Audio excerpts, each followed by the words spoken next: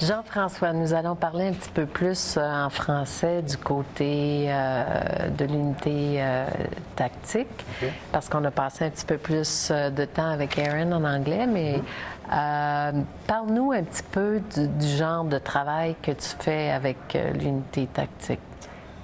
OK. Dans l'unité tactique, on s'occupe on fait beaucoup de mandats d'arrestation. Dans le fond, notre mandat, c'est de s'occuper de tous les appels à Calgary qui sont d'un plus haut risque.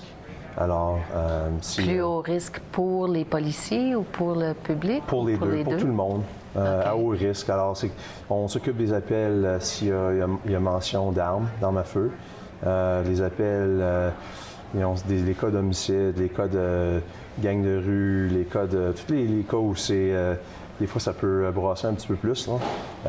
On s'occupe de ça. Alors, nous autres, dans le fond, on est spécialistes là-dedans. On est spécialisés à créer des plans pour aller chercher quelqu'un qui sont, mettons, dans une maison.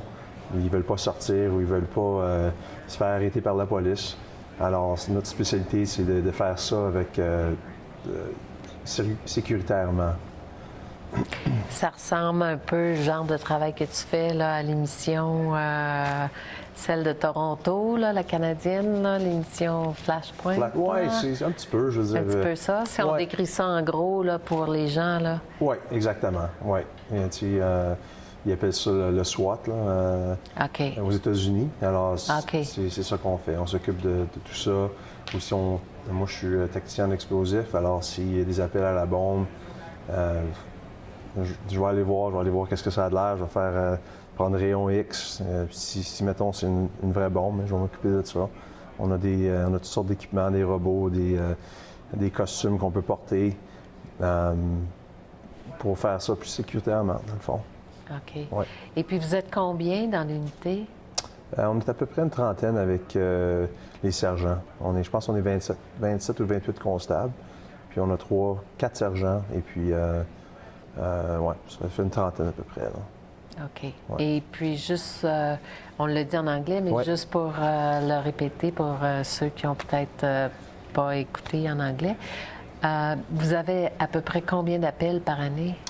On fait en moyenne 40 à 50 appels par mois. Par mois. Fait que c'est 500 à 600 par année, mettons. Okay. Ça inclut les appels planifiés et puis les appels non planifiés qui arrivent là, à Calgary spontanément, exactement. Ça, un appel à la bombe, tout d'un coup. Oui, c'est ça, exactement. Ouais. Fait que les appels planifiés, ça serait surtout des mandats. OK. Nous autres, on n'est pas... on fait pas vraiment d'investigation, alors... Donc, on attend, et puis, mettons, les équipes de drogue, les équipes de gangs de rue, les équipes de... même juste les patrouilleurs, s'ils trouvent quelque chose, eux autres, ils font leur investigation, et puis ils obtiennent des mandats d'arrestation, ils nous appellent, on va chercher les gens, dans le fond. OK. Oui. OK.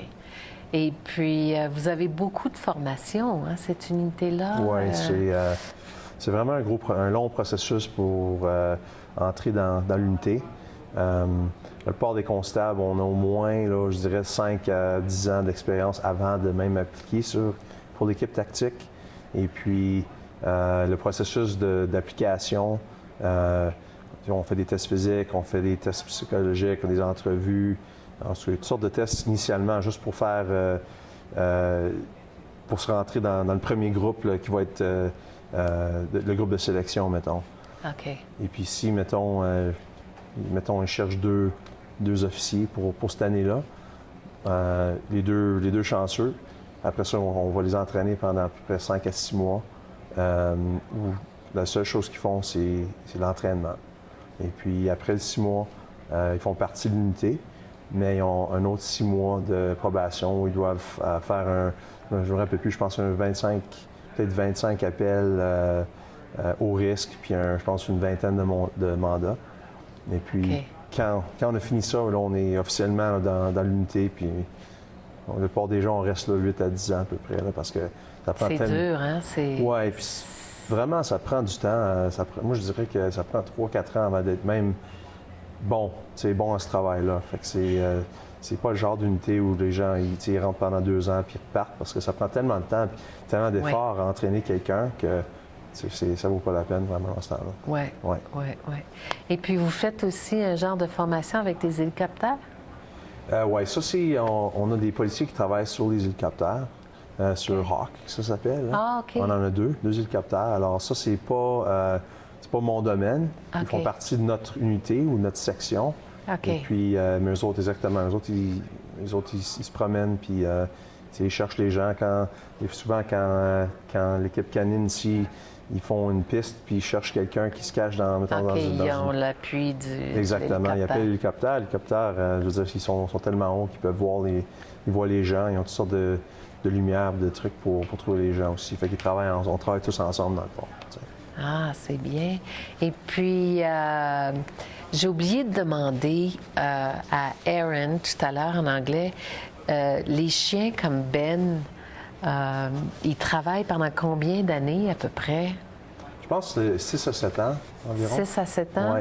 Je pense que ça dépend aussi du type de chien, tu sais, comment bons ils sont. Puis aussi, je veux dire, dans le fond, chaque chien, ils ont leur carrière. Alors, peut-être qu'ils vont avoir une carrière vraiment excitante où ils arrêtent beaucoup de gens, puis ou peut-être qu'ils vont avoir une carrière où ils sont moins chanceux, puis souvent, tu sais, moins occupés, mettons. Fait que je pense que ça dépend aussi de la vie du chien, puis comment fort ils ont travaillé. Puis qu'est-ce qu'ils font à leur retraite, ces chiens-là? Souvent, mettons comme Aaron, ça c'est son chien, alors si lui, il part de l'unité canine, alors il garderait son chien, puis ça serait son chien de maison, là, ça serait comme un chien régulier. Et puis... T'es beau, Ben!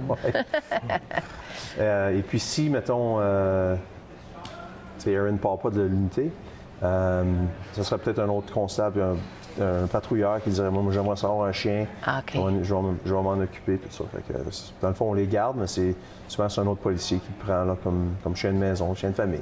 OK. Ouais. OK. Et puis, vous avez commencé quand pour le service de police de Calgary? Vous venez pas de Calgary, toi tu viens pas de Calgary? Non, moi je viens d'Outaouais, Elmer. OK.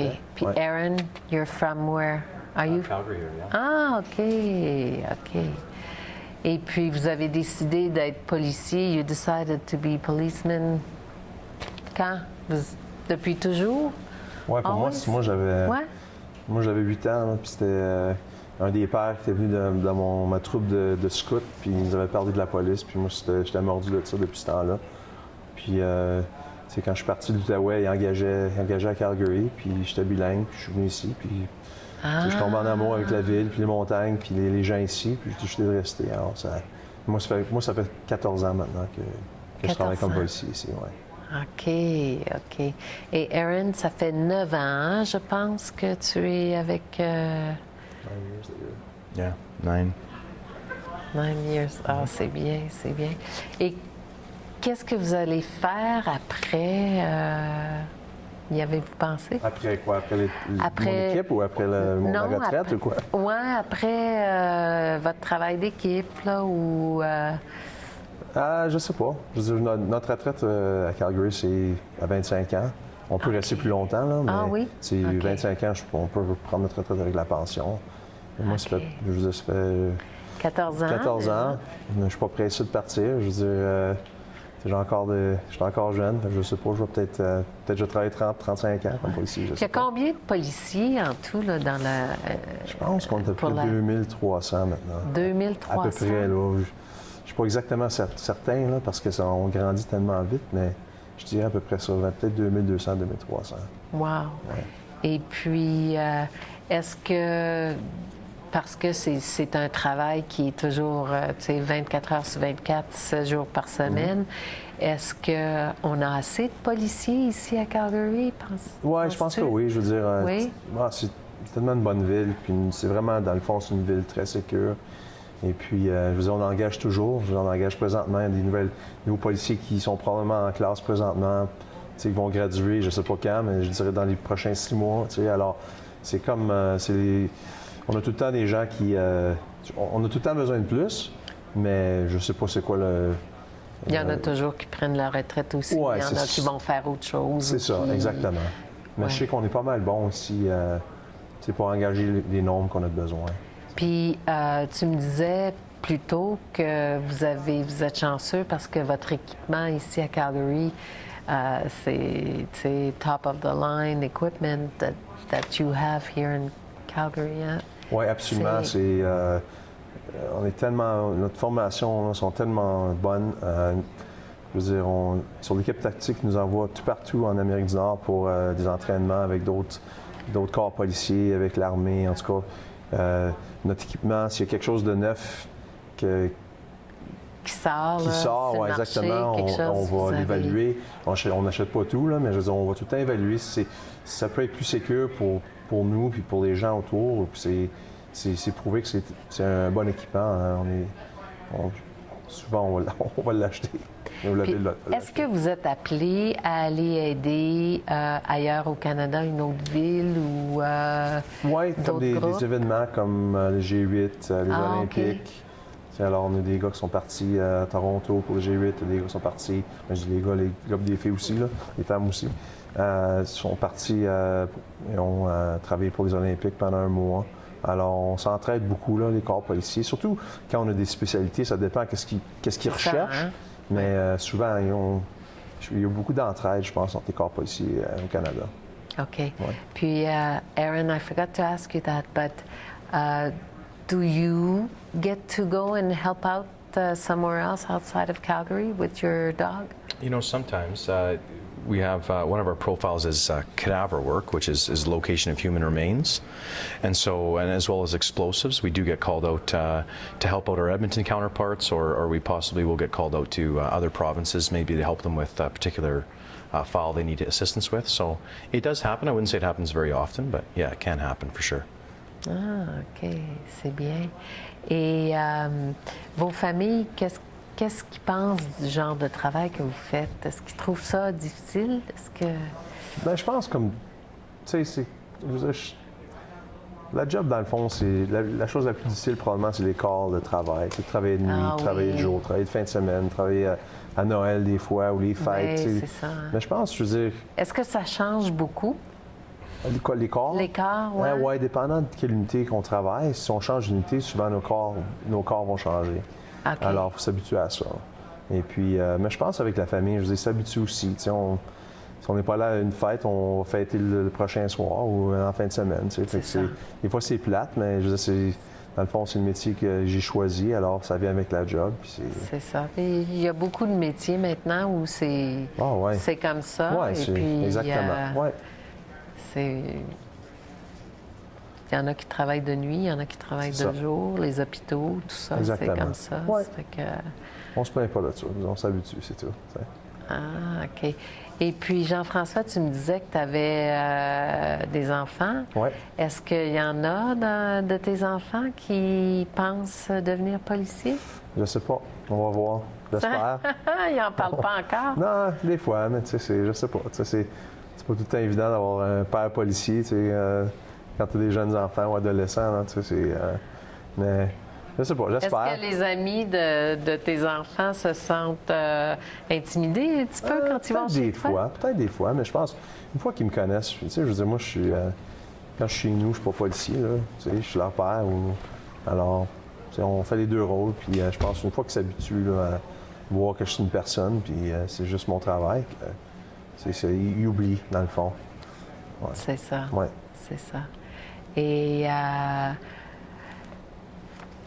j'aurais plein d'autres questions à vous poser, mais malheureusement, c'est la fin de l'entrevue. Il y a un calendrier, je voulais juste dire, le calendrier pour la Fondation. Oui. Si c'est un calendrier avec comme Ben qui est en vedette au mois d'août dans le calendrier. Oui, exactement. Mais les gens peuvent se procurer ça sur votre site Web. Absolument. Oui, puis c'est au coût de 10 $. Puis tous les fonds vont pour des programmes de la Fondation. De la Fondation, qui sont surtout pour la prévention avec les jeunes. Avec les jeunes. Oui. Un gros merci d'être avec nous aujourd'hui. Thank you, Ben. T'es un très beau chien. À la prochaine.